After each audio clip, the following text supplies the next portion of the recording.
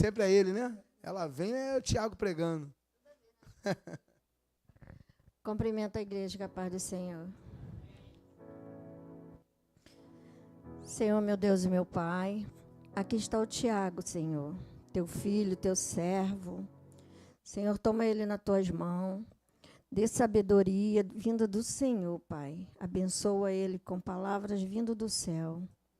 Abra nosso coração para ouvir aquilo que o Senhor tem para nos dizer. Te agradeço em nome de Jesus. Amém. Cumprimento a igreja com a paz do Senhor. Amém. Pode tomar seu assento.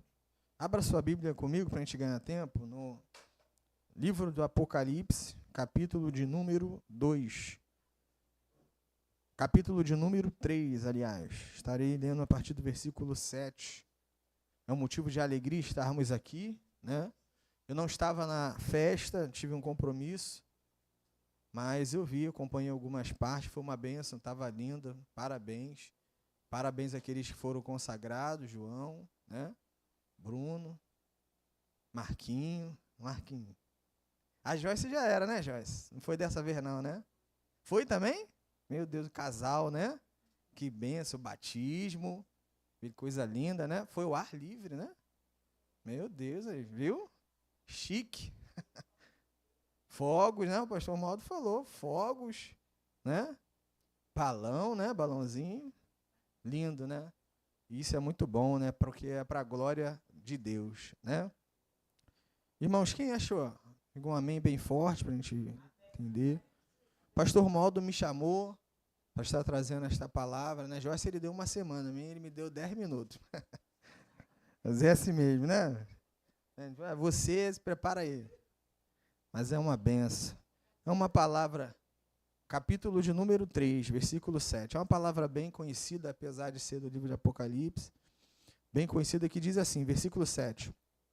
E ao anjo da igreja que está em Filadélfia escreve: Isto diz o que é santo, o que é verdadeiro, o que tem a chave de Davi, o que abre e ninguém fecha, e o que fecha, ninguém abre. Eu sei as tuas obras, e eis que diante de ti pus uma porta aberta, e ninguém pode fechar. Tendo pouca força, guardaste a minha palavra, e não negaste o meu nome. Eis que eu farei das sinagogas de Satanás aos que dizem judeus e não são, mas mentem. Eis que farei que venham e adorem prostrados aos teus pés, e saiba que eu te amo. Versículo de número 12. A quem vencer, eu farei coluna no templo do meu Deus, e dele nunca sairá. E escreverei sobre ele o nome do meu Deus, e o nome da cidade do meu Deus, a nova Jerusalém, que desce do céu, do meu Deus, e também o meu novo nome. Glória a Deus. Até aqui, irmãos, não vou demorar alguns minutos que eu peço da sua atenção. Nós sabemos que quem escreveu o livro do Apocalipse, que significa revelação, foi o evangelista João, né? Xará ali do diácono João, né? E o apóstolo João, o evangelista João, ele foi o último evangelista vivo, né? Ele não teve morte de mártires como os demais, que a gente sabe que estiveram. O exemplo de Pedro, que foi crucificado de cabeça para baixo, Mateus foi arrastado, todos tiveram uma morte assim muito violenta, né? Por estar fazendo a vontade de Deus. E João não. João sobreviveu todas as investidas do inimigo, né? E Deus preservou a vida de João para que João tivesse a oportunidade de ver aquilo que nenhum outro homem viu, né? E as revelações que João teve da parte de Deus, ele registrou aqui no livro do Apocalipse. E quando a gente estuda essa parte, que são as 7 cartas, a gente entende, né, quando a gente fala, a gente, né, são aqueles que estudaram, eles entendem que as cartas são as fases da igreja. Quem estava aqui no seminário que eu fiz aqui, bem curto, do Apocalipse, a gente viu cada fase, né? de cada igreja, representando as fases da igreja de fato, né? E a gente pode trazer isso para a nossa vida também, que se a gente não nos atentarmos, nós podemos passar por essas fases também. E é importante a gente entender essas fases. Um exemplo bem claro, que eu acredito que eu já passei e você também, está na primeira carta. A primeira carta foi escrita para a igreja de Éfeso. E o interessante é que todas as cartas, Jesus ele se apresenta, e se apresenta de forma diferente, né? E ele vai trazer nessa carta algumas coisas que ele traz elogios e também ele traz críticas para essas igrejas da Ásia. A única igreja que não foi criticada, são duas na verdade, que foi Esmirna e Filadélfia. Mas a igreja de Éfeso, você vai ver que ele vai dizer que tem algo contra essa igreja. E ele vai dizer que o que ele tem contra a igreja é que a igreja deixou o seu primeiro amor. E eu deixei já o meu primeiro amor. Se você começar a reparar e fazer ali, né, você que é claro, não é novo convertido, e você começar a analisar a tua vida, depois que você aceitou a Jesus até agora, como você mudou? Né? Será que você é a mesma pessoa? Você busca do mesmo jeito que buscava antes? Eu não faço mais isso, né? Eu lembro que eu tenho uma história, né? O pastor Romualdo conhece, a gente viveu isso junto, que eu saía de uma vigília e ia para a consagração. E agora eu não faço isso, nem brincando, né? Mas aquela sede, como a Antônia falou aqui, de estar em todos os cultos, de ir para a vigília, de consagração, de ouvir, de ler a palavra, você ainda é assim? Será que eu ainda sou assim? Né? E normalmente a primeira fase que enfrentamos é essa. O amor vai se esfriando. O amor à palavra, o amor à presença de Deus, e a gente vai se tornando um crente assim, como a gente é hoje, né? E às vezes a gente acha que está muito bem, mas olha quando você aceitou a Jesus. Por isso que todo mundo fala assim, é a melhor fase, mas ela não deveria ter passado. Aquela sede de ler toda a Bíblia, eu era assim, eu quero ler toda a Bíblia agora, eu vou ler tudo agora de uma vez, dormia com a cara na Bíblia, porque não é fácil ler toda a Bíblia de uma vez, não tem como, mas é a vontade, a sede de buscar, e a gente vai perdendo isso, com o tempo a gente vai perdendo isso, a gente vai lendo menos, a gente vai buscando menos, a gente já começa a achar que não ir para o culto, tá tudo bem, né? Eu posso ficar em casa hoje, descansando, não é isso? Quando a gente não tem um compromisso justo, mas ontem eu trabalhei, hoje eu vou ficar em casa. Mas quando você aceitou a Jesus, você queria estar nas vigílias, eu ia para uma vigília, agora nós temos a vigília de meia-noite, porque senão o crente não aguenta. Vigília de até 5 da manhã, 6 da manhã, hoje ninguém faz mais isso. Eu lembro que eu fui para uma vigília, João, que a Clemilda levou a gente. Aí ela falou assim, eu pastor Romualdo, a Clemilda, falou, a gente vai para uma vigília agora que é tanto poder, a Clemilda, Joyce, brincando com a gente, que o chão sua, lá dentro do Palmeirinha. Aí foi eu, Romualdo, né, Romualdo? E a gente chegou lá, o chão sua? Como assim? A gente ficou, né, Marquinhos? Com aquilo na cabeça, meu Deus, é tanto poder que dá calor e o chão sua. A gente chegou lá e realmente, o chão todo molhado da igreja. Meu Deus, meu, aí o chão sua mesmo. É o poder de Deus. Aí a Clemilda, para de ser boba, tá vendo que tá cheio de vazamento? Tá dentro da comunidade. Meu Deus, mas irmão. A gente era assim, a gente buscava os irmãos que iam para as vigílias, para os montes. A gente se reunia na rua, né? Era? Se reunia um monte de crente, João. Vamos para que monte hoje? Ficava batendo papo, do nada decidir, no meio da noite, vamos para o monte. É para o monte hoje. Hoje a gente já está se despedindo para ir cada um para sua casa, para um monte de cobertor, não é verdade? Mas é por quê? E a gente vai passando por essas fases. E a primeira fase da igreja é essa. A primeira fase minha e tu é essa. O amor esfria, a vontade de estar na presença de Deus, de buscar a Deus, de sentir a presença de Deus, de ler a Bíblia, vai passando. Por quê? Porque a gente vai amadurecendo na nossa mente, a gente vai se tornando um crente convencional, aquele de domingo. Às vezes os problemas da vida, as dificuldades, os compromissos vão nos afastando da presença de Deus. E essa primeira fase. Aí, só que o problema todo é porque vem a segunda fase. A segunda fase é da igreja de Esmirna. Se você for ler a carta que Jesus escreve para essa igreja, é interessante porque ele vai falar de tribulação nessa igreja. Ele vai falar, olha, eu sei que vocês estão suportando uma tribulação. Ele fala de prisão nessa igreja. Quando a gente traz para o tempo da igreja na terra, era o período que a igreja estava sendo perseguida, que os crentes estavam sendo presos, que estavam sendo jogados no Coliseu para ser comido pelos animais. É esse período aqui. E na nossa vida não é diferente. Na nossa vida também vem a tribulação, também vem as perseguições. Não é inevitável, nós vamos passar por essa fase. Mas sabe qual é o problema de enfrentar essa fase? Quando na primeira fase, lá na primeira carta de Éfeso, a gente perde o primeiro amor. Sabia? Porque a perseguição, ela vai vir. A tribulação, ela vai vir. Mas quando ela vem, mas você está cheio da presença de Deus, ela vem e passa. Ela vem e não te muda.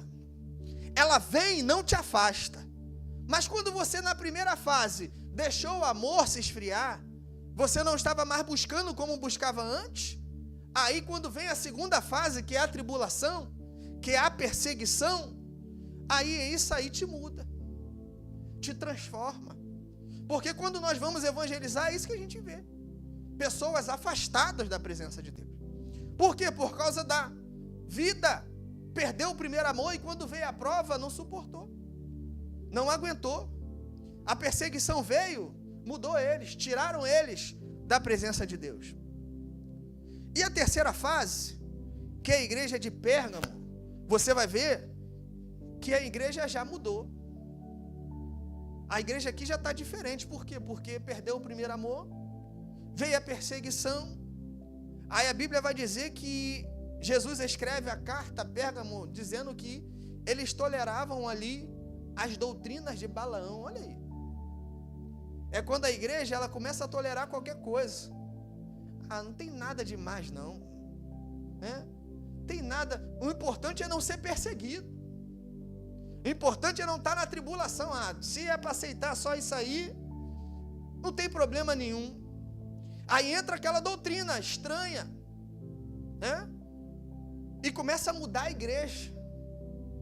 Aquela igreja antes lá, ó, já não existe mais. E vem para a quarta fase, que é a igreja de Tiatira. Aqui, a igreja, Jesus vai dizer que tem contra eles, que eles toleravam Jezabel. Aqui, a igreja já perdeu totalmente a identidade. Você perde o primeiro amor, você acha que não tem nada demais. Aí vem a luta te muda. A luta muda todo mundo, mas depende de como você enfrenta a luta. Está enfrentando cheio da presença de Deus, ela vai até te mudar, mas vai te mudar para você ficar mais firme na presença de Deus. Mas agora, se ela te pega debilitado, você não buscava mais, ela vai te mudar, vai te transformar, e você talvez não seja mais a mesma pessoa.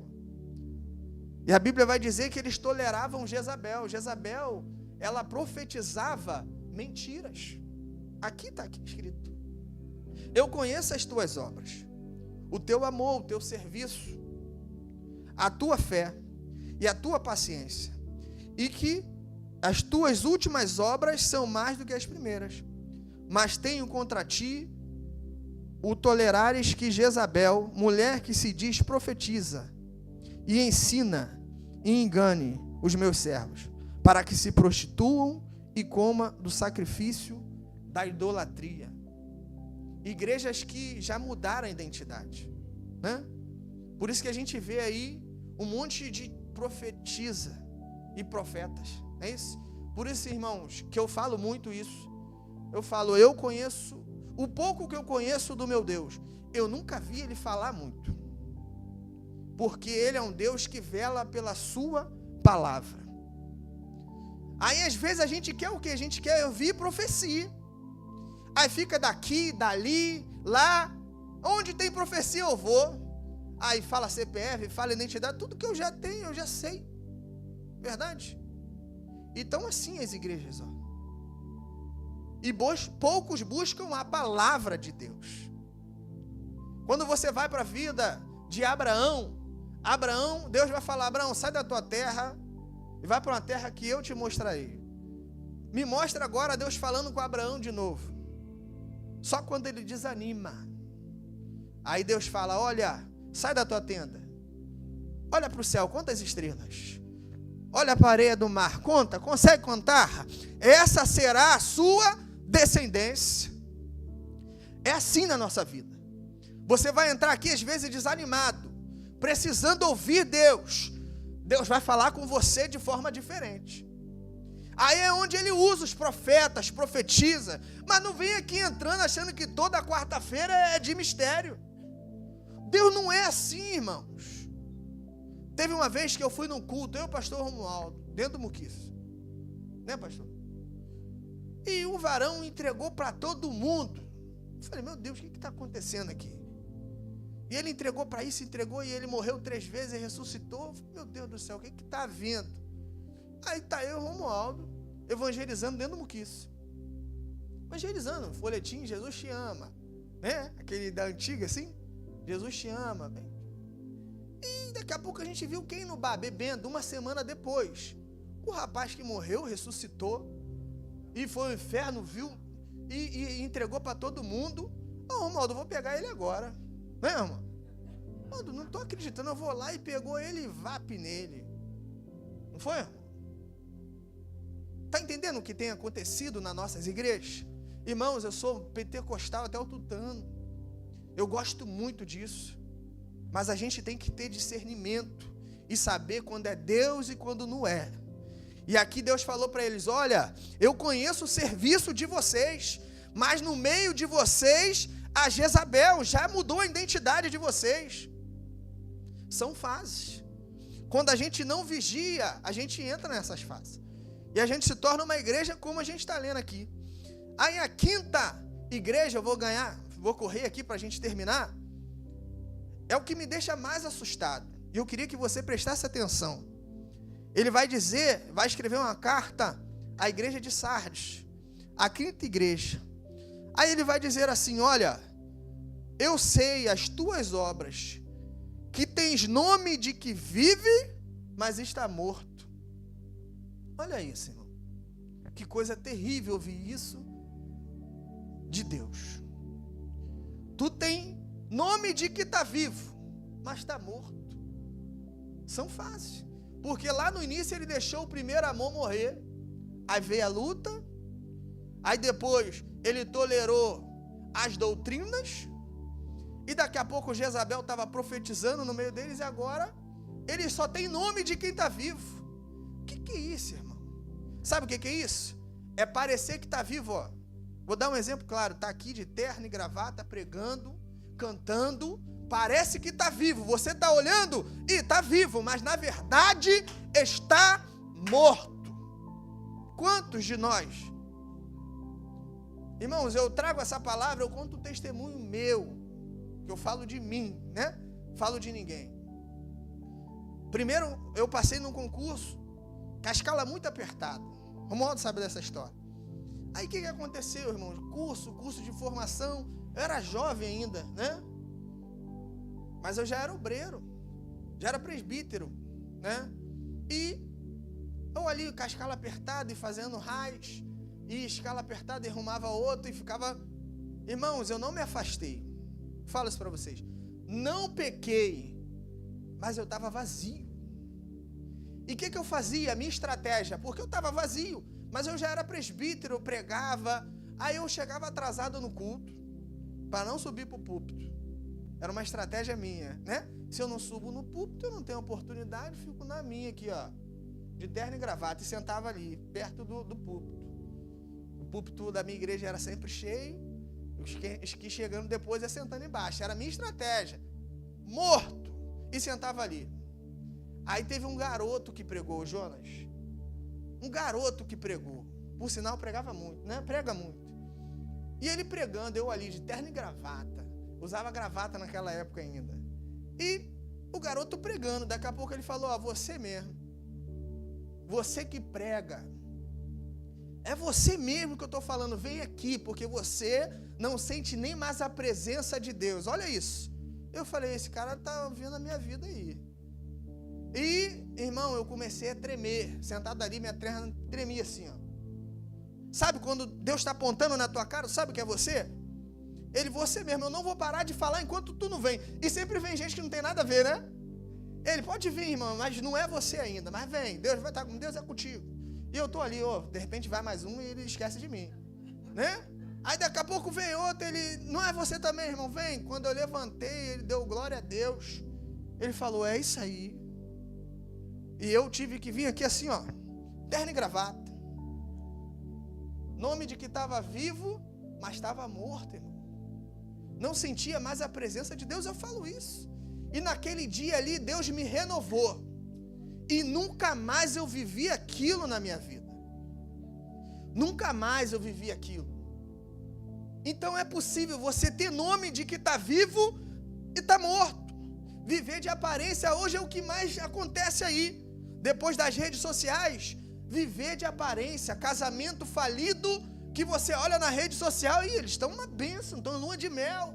Mentira. Né? Postando que está bem, mas está mal. De vez vir aqui reconhecer, olha, eu preciso de Ti, Senhor, no meu casamento, no meu trabalho. Está tudo dando errado e ele está postando ali que está tudo bem. E não reconhece que precisa de Jesus. Tem nome de que está vivo, mas está morto. Imagina ouvir isso de Jesus. Uma vida de aparência. Aí Jesus volta. E aí? O que adiantou? Porque eu consigo enganar o pastor Romualdo, a pastora Eli, mas Deus eu não engano.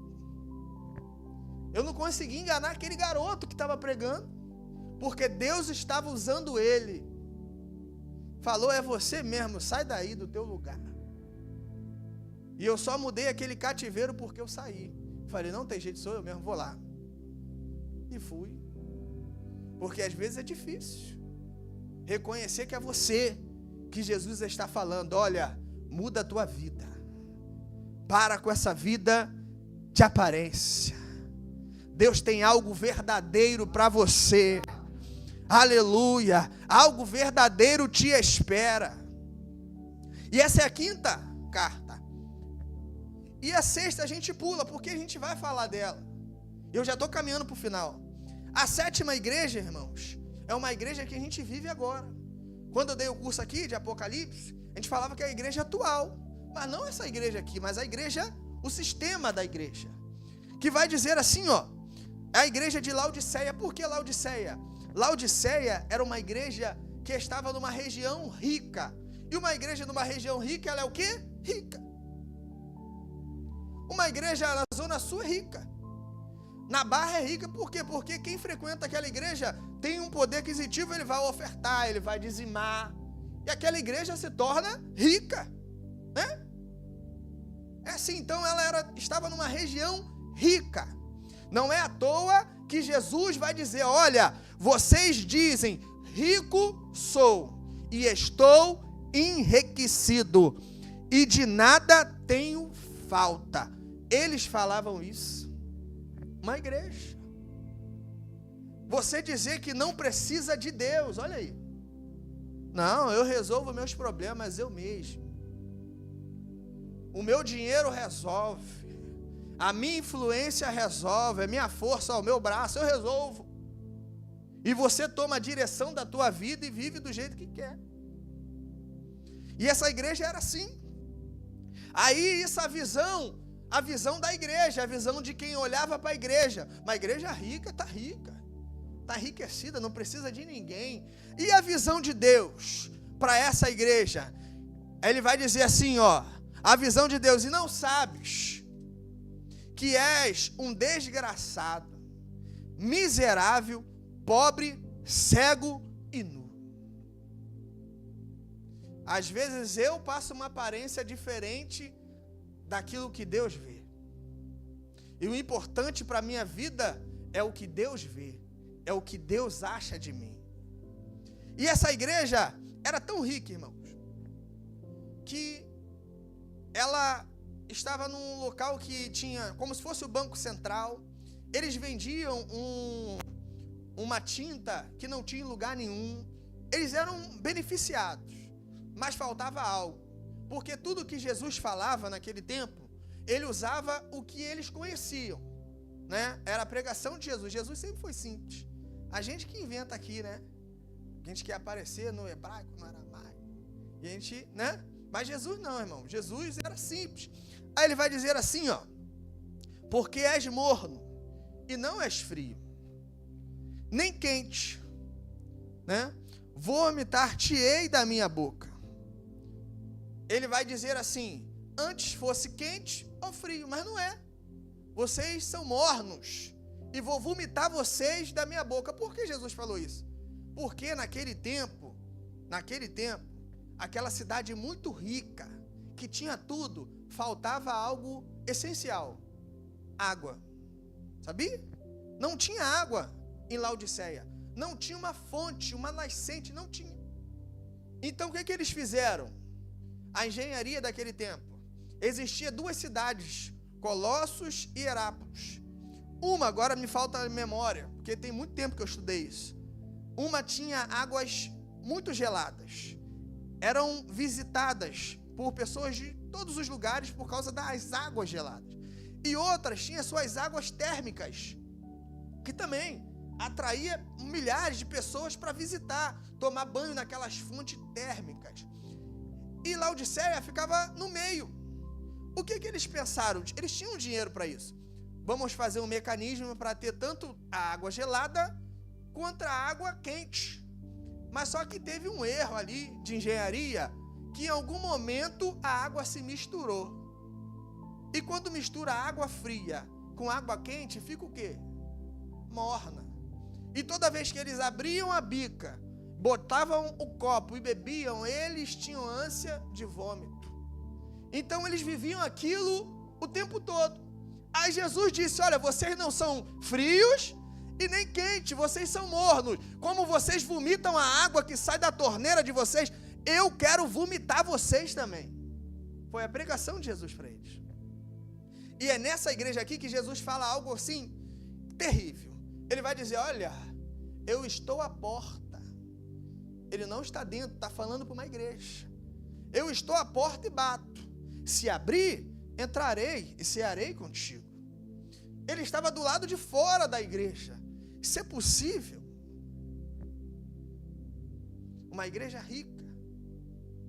Uma igreja que tinha tudo, mas faltava o principal: a água. E a gente sabe muito bem o que representa a água na Bíblia: a palavra de Deus. E a gente vai aqui para o final já. Eu quero encerrar. A sexta carta, a de Filadélfia.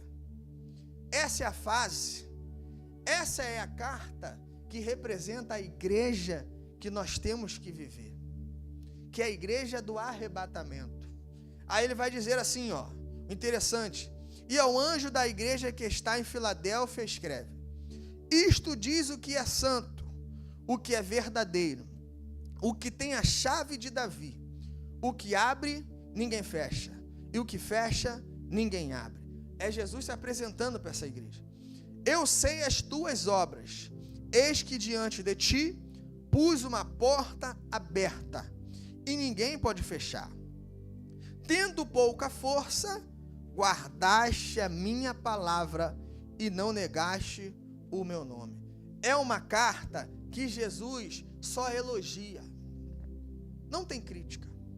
Não tem. É uma igreja perfeita. É uma igreja que a gente chama do arrebatamento. Mas qual era a diferença dessa igreja para as demais? A diferença está aqui, ó, no versículo 8 final. Ele vai dizer assim, ó: mesmo tendo pouca força,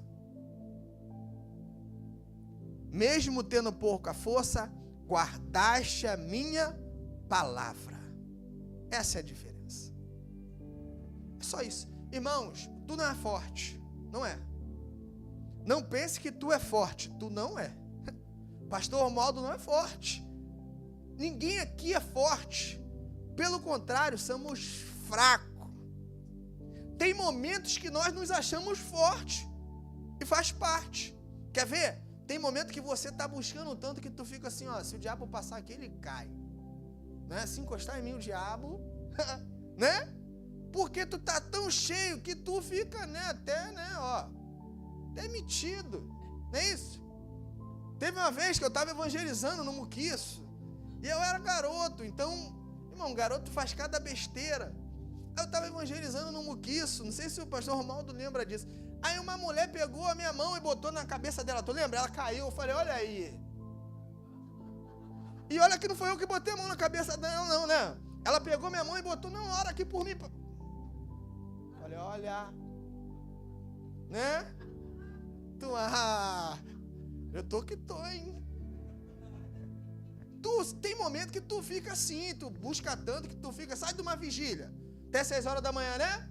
A gente vinha cantando de Madureira, podendo ser assaltado. Deixa o ladrão vir pra tu ver se ele não...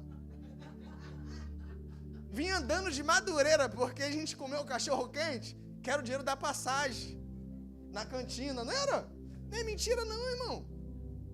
E a gente, vamos comer, a gente vai andando, ó, é chão. Não, vamos embora, caímos pra dentro do cachorro quente. A passagem, aí depois bate o arrependimento, a gente andando, gente. Um cachorro quente, nem alimenta. Andando quilômetros.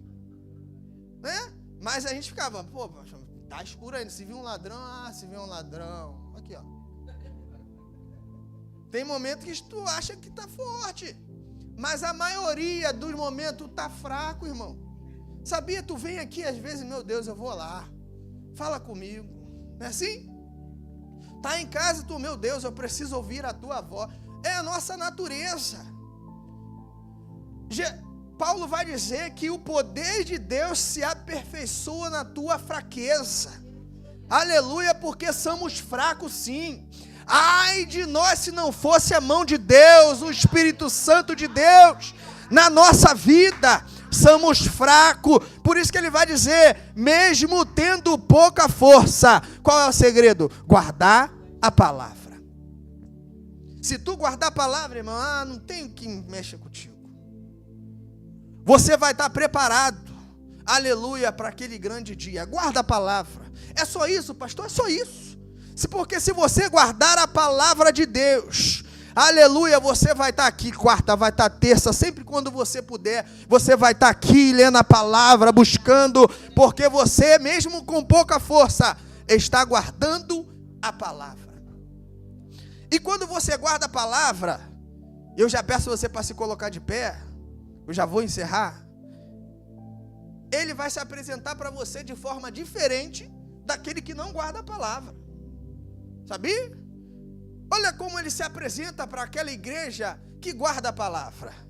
Ele vai dizer, olha, eu sou o anjo da igreja, escreve Filadélfia, escreve, e isto diz o que é santo. Olha ele se apresentando. O que é verdadeiro. Ele não é de mentira, irmãos. O Cristo que nós servimos é verdadeiro. O que tem a chave de Davi, eu já expliquei aqui numa oportunidade. O que abre e ninguém fecha, e o que fecha, ninguém abre. E tem uma promessa para aquele que guarda a palavra. Ele vai dizer assim, ó, eu sei as tuas obras, eis que diante de ti pus uma porta aberta e ninguém pode fechar. Irmãos, eu vou falar algo aqui. Não é porta de emprego, né? Teve uma vez que eu preguei isso, eu falei, olha aí, a porta fica aberta de emprego. Irmão, ninguém pode fechar, mentira. Se a empresa falir, fecha, não é essa porta que ele está falando. O texto, se você continuar lendo, ele vai dizer, a quem vencer, eu farei coluna. Ele está falando, ele vai mais para frente, vai dizer, do meu nome, a nova Jerusalém. Ele está falando da glória de Deus, do arrebatamento do céu. Isso que ele está falando aqui. Aí ele vai dizer que aquele que guarda a palavra é uma promessa de uma porta que ninguém pode fechar. E um tempo atrás eu preguei que era a porta, né? A gente gosta de falar que porta está aberta, isso é muito bom. Porta está aberta, ninguém pode fechar, é a casa. Mentira, Eduardo Paz, eu vou fazer uma ponte aqui agora. Acabou, fechou a porta. Né? Ah, porta de emprego, ninguém mais fecha. Que isso, irmão? E você vai ficar naquele emprego pro resto da vida, não vai evoluir? Né? Se o patrão fechar, fechou. Não é esse tipo de porta que ninguém fecha, não. Ele pode te dar uma porta que o homem fecha, ele abre outra. E outra, e outra, e outra. Não é verdade? Você não fica sem entrar pela porta. Mas essa porta aqui, ele está falando de outra porta. Ele está falando de uma porta que o menino, que João falou aqui, Davi, no Salmo de número 24. Ele lá atrás, João, ele viu isso. Porque aquele menino via coisa que ninguém via, né? Ele via coisa que ninguém via. Ele um dia lá cantando lá com a sua harpa, ele vai falar dessa porta.